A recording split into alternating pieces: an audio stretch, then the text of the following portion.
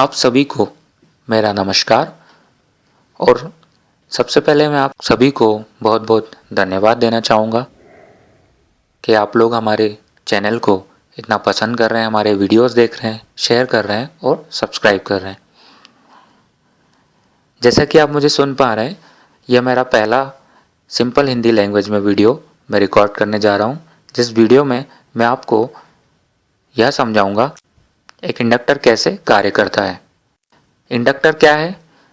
जब हम एक वायर को, एक चालक को लेते हैं और जब हम उसको एक कुंडली के रूप में लपेट देते हैं तो वह इंडक्टर कहलाता है। इस इंडक्टर का बहुत सारी इलेक्ट्रॉनिक्स और इलेक्ट्रिकल एप्लीकेशन में यूज़ होता है। और यह इंडक्टर कार्य कैसे करता है, इसको समझने से पहले हमें कुछ नियमों को जानना होगा। ये नियम हर जगह एग्जिस्ट करते हैं प्रकृति में, जैसे कि जहाँ पर इलेक्ट्रिसिटी है वहाँ पर मैग्नेटिज्म है, यानी जहाँ पर भी बिजली होगी वहाँ पर चुंबकीय क्षेत्र होगा। ये एक नियम हो गया। दूसरा, ये भी हम कह सकते हैं जहाँ पर चुंबकीय क्षेत्र होगा वहाँ पर इलेक्ट्रिसिटी होगी, यानी इन दोनों को अलग नहीं करा जा सकता। ये नियम प्रकृति में हर जगह होते हैं, हर जगह फॉलो होता है और इसे बदला नहीं जा सकता। एक और नियम हम जान लेते हैं। यह नियम कहता है कि जब कोई चालक, कोई कंडक्टर मैग्नेटिक फील्ड में रखा हो और जब ये फील्ड चेंज होने की कोशिश करती है तब इस चालक के अंदर एक बल उत्पन्न होता है जिसे हम ईएमएफ कहते हैं, यानी इलेक्ट्रोमोटिव फोर्स। ये जो बल है ईएमएफ, यानी ये जो वोल्टेज इसमें उत्पन्न होता है, ये करंट को, इस तार में से करंट को फ्लो कराने की कोशिश करता है। बस यही दो नियम का इस्तेमाल करते हुए कॉइल कार्य करती है। और कॉइल कार्य क्या करती है ये भी हम जान लेते हैं। कॉइल यह कार्य करती है कि जब भी इसमें से कोई करंट बह रहा है, करंट फ्लो हो रहा है, और जब यह करंट चेंज होना चाहता है तो यह कॉइल उसे चेंज नहीं होने देती है। कॉइल यही कार्य करती है और इस प्रतिक्रिया को, इस रिएक्शन को हम रिएक्टेंस बोलते हैं, जिसे हम रिप्रेजेंट करते हैं XL से। अब यह ऐसा कैसे कर पाती है कि करंट को बदलने से रोकती है? जैसा कि हमने अभी नियमों को समझा कि जहाँ पर इलेक्ट्रिसिटी है वहाँ पर मैग्नेटिक फील्ड होगी, और जहाँ मैग्नेटिक फील्ड किसी तार से, किसी कंडक्टर से लिंक करेगी और जब वह मैग्नेटिक फील्ड बदलेगी तब एक विद्युत वाहक बल होगा और उस विद्युत वाहक बल की वजह से करंट फ्लो होगा। तो देखिए, जब इस तार में से, इस चालक में से करंट फ्लो कर रहा है, इसके आजू बाजू मैग्नेटिक फील्ड बन रही है, और जब हम इस वायर को एक कॉइल के फॉर्म में बना देते हैं तब क्या होता है, जैसे कि यहाँ से करंट फ्लो कर रहा है, जैसे कि इस बल से करंट फ्लो कर रहा है, इसके आजू बाजू मैग्नेटिक फील्ड बनेगी और ये बाजू वाले बल से, बाजू वाले टर्न से लिंक होगी। अब क्या होगा, दूसरा नियम भी इस कॉइल पे लागू होगा कि इससे मैग्नेटिक फील्ड, इस वायर से मैग्नेटिक फील्ड लिंक हो रही है। लिंक हो रही है मतलब पहले ज़ीरो थी, फिर मैग्नेटिक फील्ड कोई वैल्यू अचीव कर रही है, यानी मैग्नेटिक फील्ड चेंज हो रही है फ्रॉम ज़ीरो टू कोई एक वैल्यू तक। तो अब क्योंकि जैसे कि मैग्नेटिक फील्ड चेंज हो रही है तो इस पोर्शन में क्या होगा, एक ईएमएफ डेवलप होगा। किसी एक तरफ पॉजिटिव वोल्टेज बनेगा और किसी एक तरफ नेगेटिव वोल्टेज बनेगा। अब किस तरफ पॉजिटिव बनेगा, किस तरफ नेगेटिव बनेगा, हम उसकी डिटेल में नहीं जाएंगे।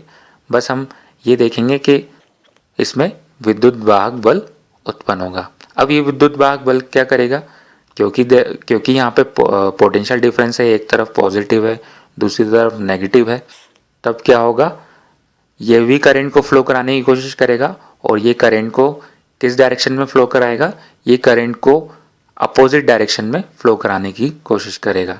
यानी पहले जिस डायरेक्शन में करंट फ्लो हो रहा था उसके अपोजिट डायरेक्शन में एक और करंट फ्लो होने की कोशिश करेगा। अब किसी एक तार में दो करंट एग्जिस्ट नहीं कर सकते, फ्लो नहीं कर सकते, इसलिए इन दोनों करंट का रिजल्टेंट इस कॉइल में फ्लो होगा। इस प्रकार जब भी हम किसी कॉइल में करंट को फ्लो कराने की कोशिश करेंगे तो करंट शुरुआत में उस कॉइल में फ्लो नहीं हो पाएगा, क्योंकि ये जो कॉइल है वो रिएक्ट करेगी, जैसा कि अभी हमने समझा कि इसके जो टर्न्स है इनकी मैग्नेटिक फील्ड दूसरे टर्न से लिंक करती है और विद्युत वाहक बल उत्पन्न होता है और एक दूसरा करंट फ्लो होने की कोशिश करता है जो पहले वाले करंट के अपोजिट फ्लो होने की कोशिश करता है। तो इस प्रकार कॉइल में करंट पहले ज़ीरो था, फिर वो कोई वैल्यू अचीव करना चाहेगा आई, तो वो अचीव करने में उसको मुश्किल होगी। इसी प्रतिक्रिया को हम रिएक्टेंस बोलते हैं और इसे एक्सएल से रिप्रेजेंट करते हैं। तो सिंपल है, इसी तरीके से कॉइल जो है वर्क करती है। जैसे कि हम जब किसी कॉइल को किसी बैटरी से कनेक्ट करेंगे, जैसे कि इस तरफ पॉजिटिव हमने लगाया, पॉजिटिव सप्लाई दी, दूसरी तरफ हमने बैटरी का नेगेटिव टर्मिनल कनेक्ट करा, तब क्या होगा, इस कॉइल में से करंट फ्लो होने की कोशिश करेगा।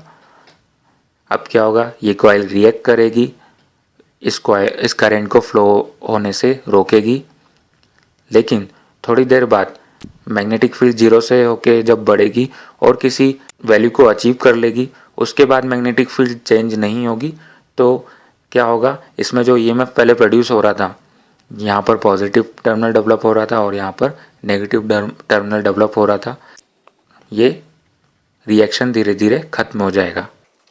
इस प्रकार जैसा कि हम देख सकते हैं ये करंट है और अगर हम इस एक्सिस पे टाइम लें तो करंट जो कि इस कॉइल में लीनियरली बढ़ सकता था, अगर ये कॉइल ना होती और कोई एक सिंपल रेजिस्टिव एलिमेंट होता तो ये करंट जो है वो इसमें लीनियरली बढ़ता, लेकिन क्योंकि ये कॉइल रिएक्ट करती है इस वजह से जब हम इसमें करंट फ्लो कराने की कोशिश करते हैं तो वो लीनियरली ना बढ़ के इस तरीके से बढ़ता है और इस रिएक्शन को हम रिएक्टेंस कहते हैं, जिसे हम एक्सएल से रिप्रेजेंट करते हैं। एक्सएल बराबर होता है ओमेगा एल। ओमेगा है फ्रीक्वेंसी, जिस फ्रीक्वेंसी से करंट चेंज हो रहा है उस फ्रीक्वेंसी को बोलते हैं हम ओमेगा। एल इस कॉइल के इंडक्टेंस को रिप्रेजेंट करा जाता है एल, और ये जो एल है इसकी ये कांस्टेंट है, इसकी जो वैल्यू है ये डिपेंड करती है कि कॉइल में कितने टर्न्स हैं। कॉइल में टर्न्स ज़्यादा होंगे तो एल ज़्यादा, ये जो एल है इसकी वैल्यू ज़्यादा होगी। कॉइल में टर्न्स कम होंगे तो ये जो एल है इसकी वैल्यू कम होगी। दूसरा, अगर ये कॉइल किसी मैग्नेटिक मटेरियल के ऊपर बंधी हुई है, मैग्नेटिक मटेरियल जो कि सॉफ्ट आयरन कोर होती है, जब ये कॉइल इसके ऊपर बंधी होती है तो एल की वैल्यू फिर और ज़्यादा होती है।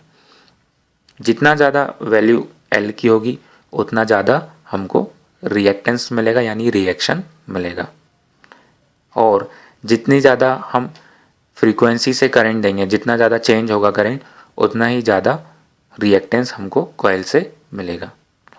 तो इस प्रकार हमने समझा कि कॉइल कैसे कार्य करती है। बस इस लेक्चर को मैं यहीं ख़त्म करना चाहूँगा।